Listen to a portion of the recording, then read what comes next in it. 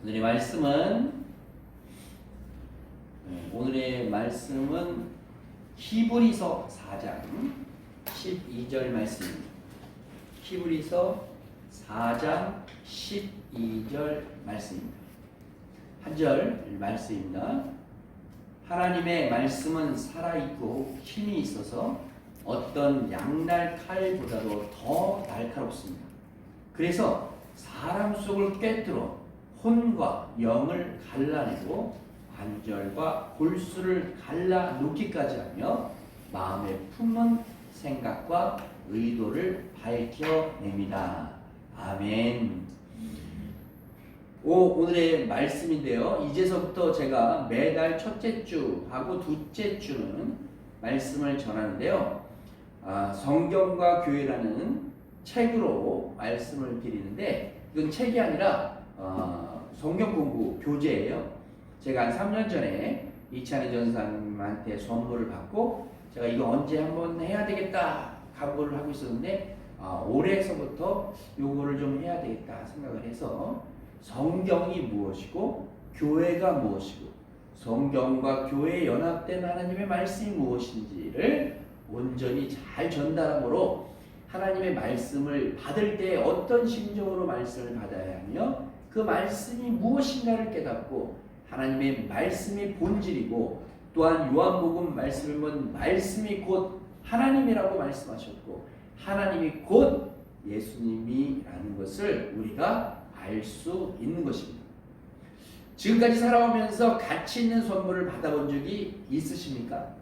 한 미국의 골동품 수집가가 프랑스 여행을 가다가 이름 없는 골동품 상에 들려서 이것저것 구경하다가 시커멓게 녹슨 목걸이 하나를 집어들고는 깜짝 놀라지 않을 수 없었습니다.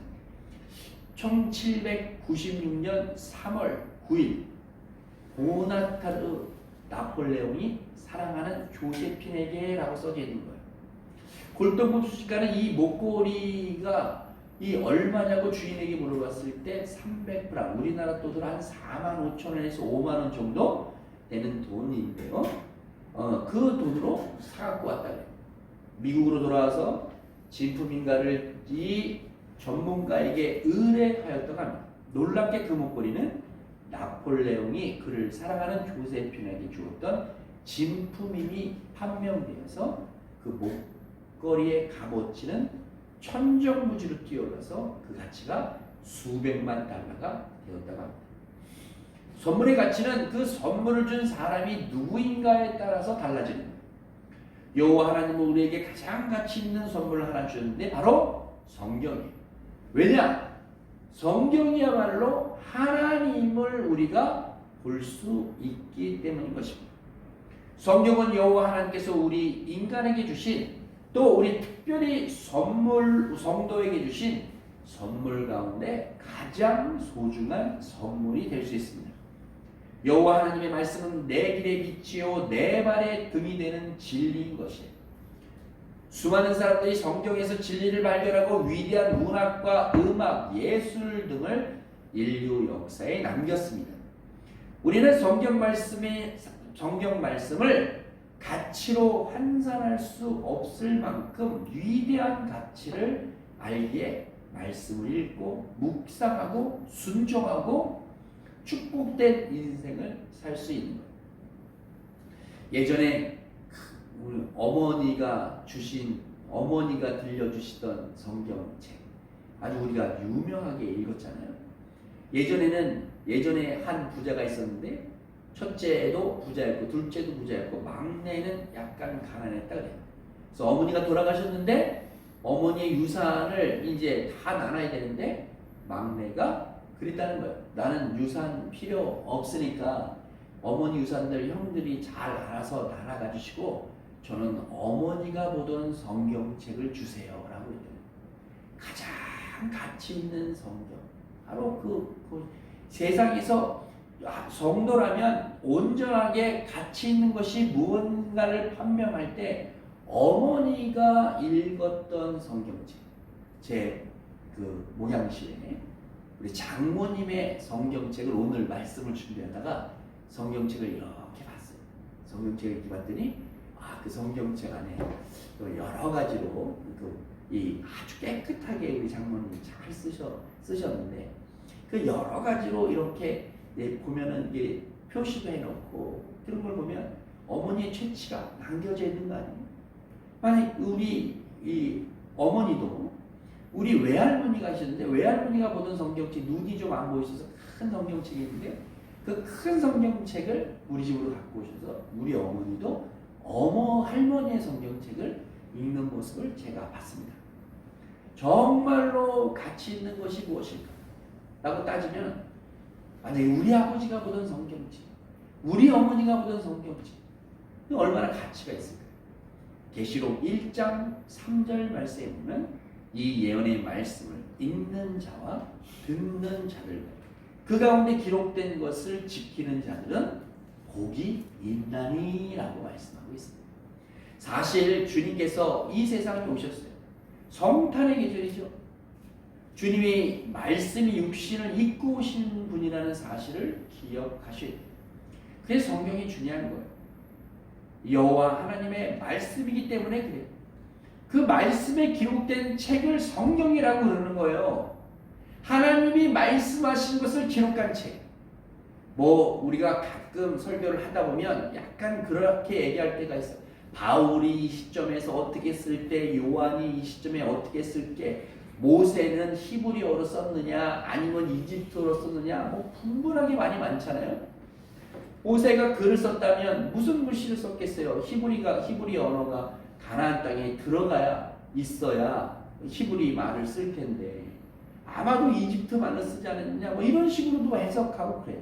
또 성경이 1장이 어떻고 1장에는 이렇게 나왔는데 2장에서는 아담과 하고 1장에서 만든 사람은 누구고 2장에서 만든 사람이 누구냐 이렇게 그것을 쪼개고 또 갈라서 이렇게 하는데 우리는 성경을 일단은 통전적으로 어떻게 이해해야 되느냐? 이것이 다 하나님의 말씀이다라고 이해하셔야 하는 것입니다. 그렇기 때문에 우리는 하나님의 말씀인 성경을 부지런히 읽어야 하고 들어야 합니다. 성경을 읽는 목적은 여호와 하나님의 뜻을 바르게 알고 여호와 하나님의 뜻대로 살기 위함입니다. 이번 주 주일서부터 마가복음에 들어가는데요. 마가복음을 새벽 기도에 마치고 마가복음을 제가 좀 눈이 좀 침침하고 그래서 마가복음을 쭉 한번 들었어요. 듣는 것도 참 좋아요. 우리 사랑하는 우리 예담교회 성도님들도 이 마가복음 16장까지 듣는데 불과 45분, 1시간이 되지 않아요. 45분인가? 50분도 안 됐어요. 일부 내일은 한번 또 들어보면서 한번 재보려고 그러는데 그러니까 한번 일주일 안에 아니면 다음 주나 이번 주에 1시간만 시간 내시면은 요즘에 여러분이 가지고 있는 성경 어플이 있잖아요. 그 어플에서 1시간만 들으면 목사님이 무슨 말씀 하려고 그러시는구나 라고 이해할 수도 있고 목사님이 12장 말씀을 왜 11장에서 말씀하고 계시지? 이렇게 이해할 수도 있는 거예요. 그러니까 말씀을 잘 읽어도 좋지만 잘 1시간 동안 들으시면 참 좋을 거라고 생각해요. 그래서 성경을 읽는 목적이 무엇이냐? 이걸 알아야 돼요. 성경은 하나님의 뜻을 바르게 알고 여호와 하나님의 뜻대로 살기 위함이에요. 하나님의 말씀을 듣지 않고 어떻게 하나님의 뜻대로 살기 원하십니까? 그냥 목사님이 하는 그냥 풍설로 그냥 30년 동안 말씀을 들었으니까 그 정도는 다 알지 그랬지만 하나님의 말씀은요 읽고 들을 때마다 그때마다 틀려요. 창세기를 지금 요즘에 새벽기도에 하고 있는데 새벽기도 때 하면 할수록 작년에는 이 창세기의 말씀이 역사순으로 읽었다면 이제는 창세기를 읽는데 계속해서 너 위치가 어디 있느냐라고 저한테 말하는 거예요. 너 지금 위치가 어디 있느냐? 너 지금 상태가 어느 정도의 상태냐? 이렇게 자꾸 저한테 이야기하는 것 같습니다. 매년 틀려요. 또 매 시간 틀려요.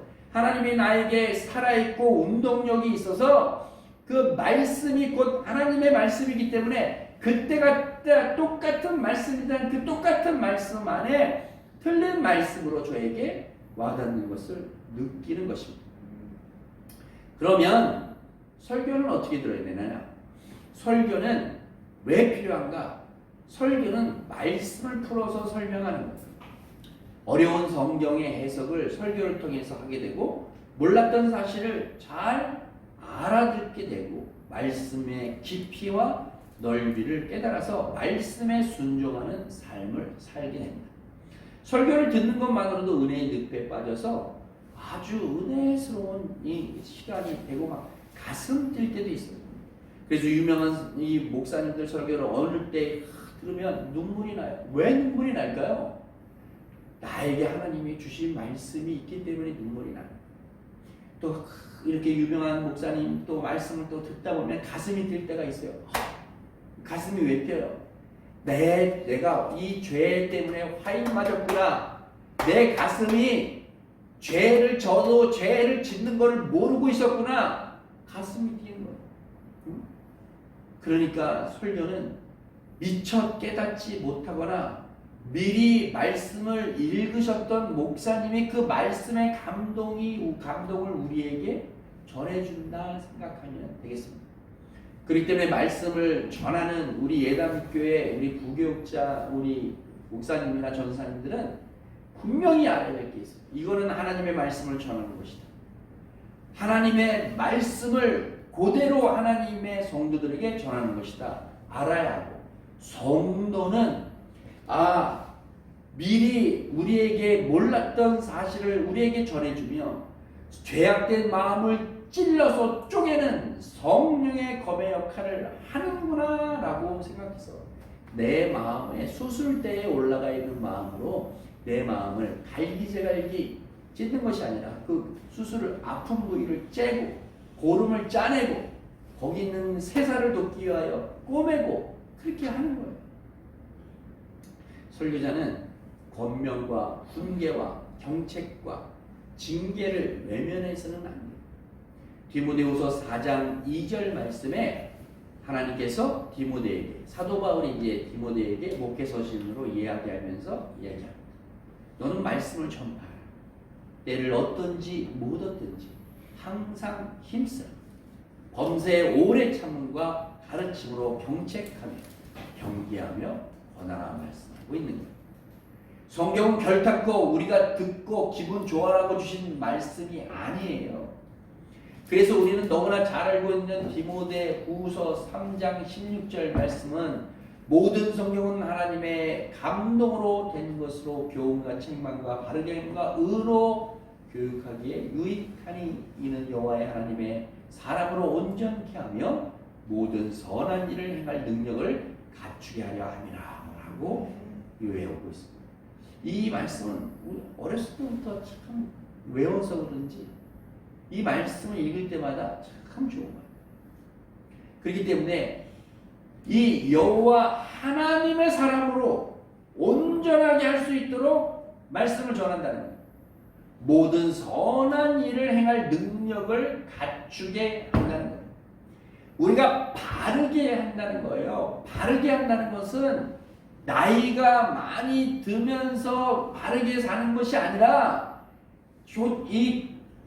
알아들을 수 있을 이 어린 아이들서부터 노년에 이르기까지 하나님의 말씀으로 쫓아 바르게 살기 위하여 하는 거예요. 옛날에는 아주 유명한 포퓰리즘이라 그래갖고 막 말씀을 막 극대화시키고 막 그래서 막 목사님들이 막 자의적으로 막 해석하고 그럴 때가 있었어요. 그럴 때는 막 뭐 헌금을 드리는데 양 한 마리씩 드려야지. 그래서 요즘 양 한 마리가 얼마야? 30만 원이 30만 원씩 헌금 준비하세요. 이거 말도 안 되는 그런 설교를 해. 요즘도 그런 목사님들 있다고 그래요.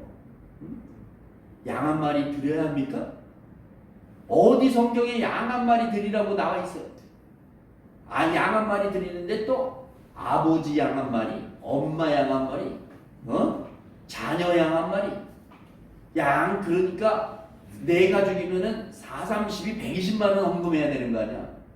그러니까 부흥의 강사님들이 그것도 못 내게 째째하게 그러면 막 성도들이 그 못 내면 막 째째한 것처럼 느껴지고 막 그런단 말이야. 응? 우리 이번 주일날 양 한 마리씩 드리시길 바라겠습니다. 그러면 여러분들 우리 사랑하는 성도 우리 예단계 성도님들 양 한 마리씩 드릴 수 있겠어요? 성경에 그런 근거가 없어요. 근거 없는 말씀을 온전히 파악하려면 어떻게 해야 돼요? 어떻게 해야 돼요? 말씀을 읽어야죠. 또 근거 없는 말씀을 전하는 목사님 밑에 있는 성도들은 빨리 그 교회를 나와야 돼요. 빨리. 잘못된 말씀을 전파되기 때문에 그래요. 에베소서 6장 17절 말씀도 아주 유명한 말씀이죠. 성령의 검, 곧 여호와 하나님의 말씀을 가지라. 성령의 검은 난 그냥 성령의 검인 줄 알았어.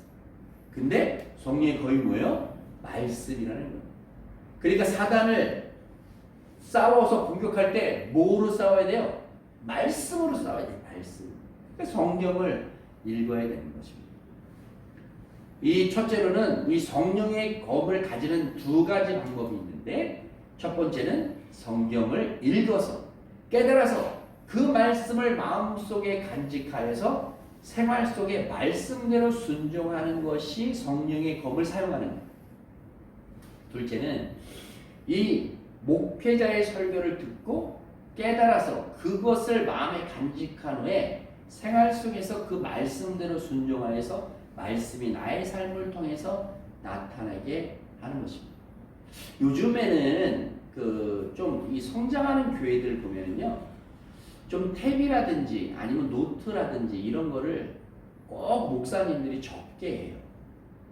3일교회 목사님이라든지 아니면 뭐 빛진 교회라든지 빛과 진리의 교회라든지 이런 데 보면 막 어떤 사람들은 노트북까지 갖고 와서 말씀을 쳐요. 근데 저는요, 이 말씀이 딱 기억나면 제 그 아이패드에 보면은 이 말씀이라는 그 챕터가 있어요. 그 말씀에 써요. 또 막 제가 주일날 이제 예배를 마치고 난 다음에 이제 수영로 교회 말씀하고 이제 삼일교회 송강 목사님 말씀을 두 편을 꼭 들어요. 그런데 그 말씀을 듣고 그 말씀을 또 이렇게 적어요. 아, 이 말씀은 참 너무 좋은 거다. 그 결과적으로 나중에 설교를 할 때 그 말씀을 꼭 인용해요. 그리고 저는요, 뭐 박장준 목사님 말씀, 이찬희 전사님 말씀, 이은영 전사님 말씀, 이게 말씀을 듣고 기억해요. 그래서 그걸 또 적어놔요. 그 다음에 그것으로 실천하려고 노력하는 거예요. 예배를 드릴 때에 말씀을 읽는 시간과 설교를 듣는 시간이 제일 많죠. 그러면 성경의 말씀의 선포자가 그 말씀을 선포할 때 딴 생각하지 마시고 적는 방법도 참 좋은 방법이다. 그래서 탭이라든지 아니면 아이패드라든지 갖고 오셔서 좀 그 챕터를 하나 만들어서 적든지 타이핑을 치든지 마음대로 하셨으면 좋겠어요. 그냥 가만히 앉아 있으면 딴 생각이 나고 한국 사람들은 15분 이상 앉아 있어서 집중하지 못하니까 적는 건 굉장히 좋은 유익하다고 보고 있고, 오늘 여기 나온 책에도 성경과 교회도 꼭 적으라고 나와 있습니다. 사도행전 2장의 내용은 또 뭐냐? 이 설교를 들었을 때 회중들의 반응이 어땠는지를 잘 나타나고 있는데, 이 사도행전 7장에 스데반 집사님의 설교를 할 때 스데반 집사님의 설교는 우리에게 그들이 마음이 찔려라고 했어요. 마음이 찔려라는 건 뭐예요? 그 말씀이 올바른 말씀이라는 거예요. 그럼 스데반 집사님이 뭘 설교했어요? 스데반 집사님이 설교한 게 뭐예요? 구약시대 때부터 신약까지 그냥 얘기하는 거예요. 말씀 나온 그대로 얘기했고 말씀대로 예수님이 탄생했다고 그대로 얘기한 거예요. 그랬더니 말씀이 오점도 없고 틀림이 없으니까 유대인들이나 거기 있던 제사장들이 마음에 찔릴 수밖에 없었던 거예요. 사람들의 반응은 적나랬던 거예요. 왜냐? 그 말씀이 맞는데도 불구하고 그를 죽여야 나의 이권이 살아나기 때문에 스데반 집사님을 죽일 수밖에 없었던 거예요. 진리는 목숨 걸고 지켜야 되는 게. 사랑하는 성도 여러분, 진리가 어디 있습니까? 진리가 어디 있나? 진리가 어디 있어요? 이 말씀 하나고 오늘은 여기까지만 말씀을 전달하도록 하겠습니다. 진리는 말씀 속에 있는. 진리는 딴 곳에서 찾지 마십시오. 우리나라 헌법이 진리예요? 뭐 외국 헌법이 진리예요? 아니면 뭐 세계 공통 뭐 법이 진리인가요? 진리는 말씀의 진리라는 것을 꼭 기억하시고, 오늘의 말씀의 주제는 하나님의 말씀을 잘 읽어야 되겠다. 말씀을 잘 들어야 되겠다. 말씀을 듣고 읽었으면 그것을 꼭 적고, 오늘은 하나님이 큐티의 하나의 방법이죠. 하나님은 나에게 어떤 하나님인가? 또 나에게 주신 교훈이 무엇인가? 또 내가 오늘 어떻게 사는데 내가 오늘 말씀으로 어떻게 적용해야 하는가를 딱 적어놓는 것도 굉장히 좋은 습관이 아닐 수 없습니다. 큐티에 바람이 불 때가 있었어요. 큐티. 요즘 큐티들 안 하죠. 그러면 새벽 기도라도 잘 들으셔야 돼요. 새벽 기도도 안 들으신다면 말씀을 정하여 읽는 시간을 꼭 가졌습니다. 오늘 나에게 오신 하나님은 어떤 하나님이고, 또 그 말씀으로 잘 말씀이 나에게 주신 교훈과 잘 적용해요. 그런데 그 말씀을 너무 조금씩 읽어서 큐티처럼 하지 마시고 쭉 읽어보세요. 쭉 읽어보세요.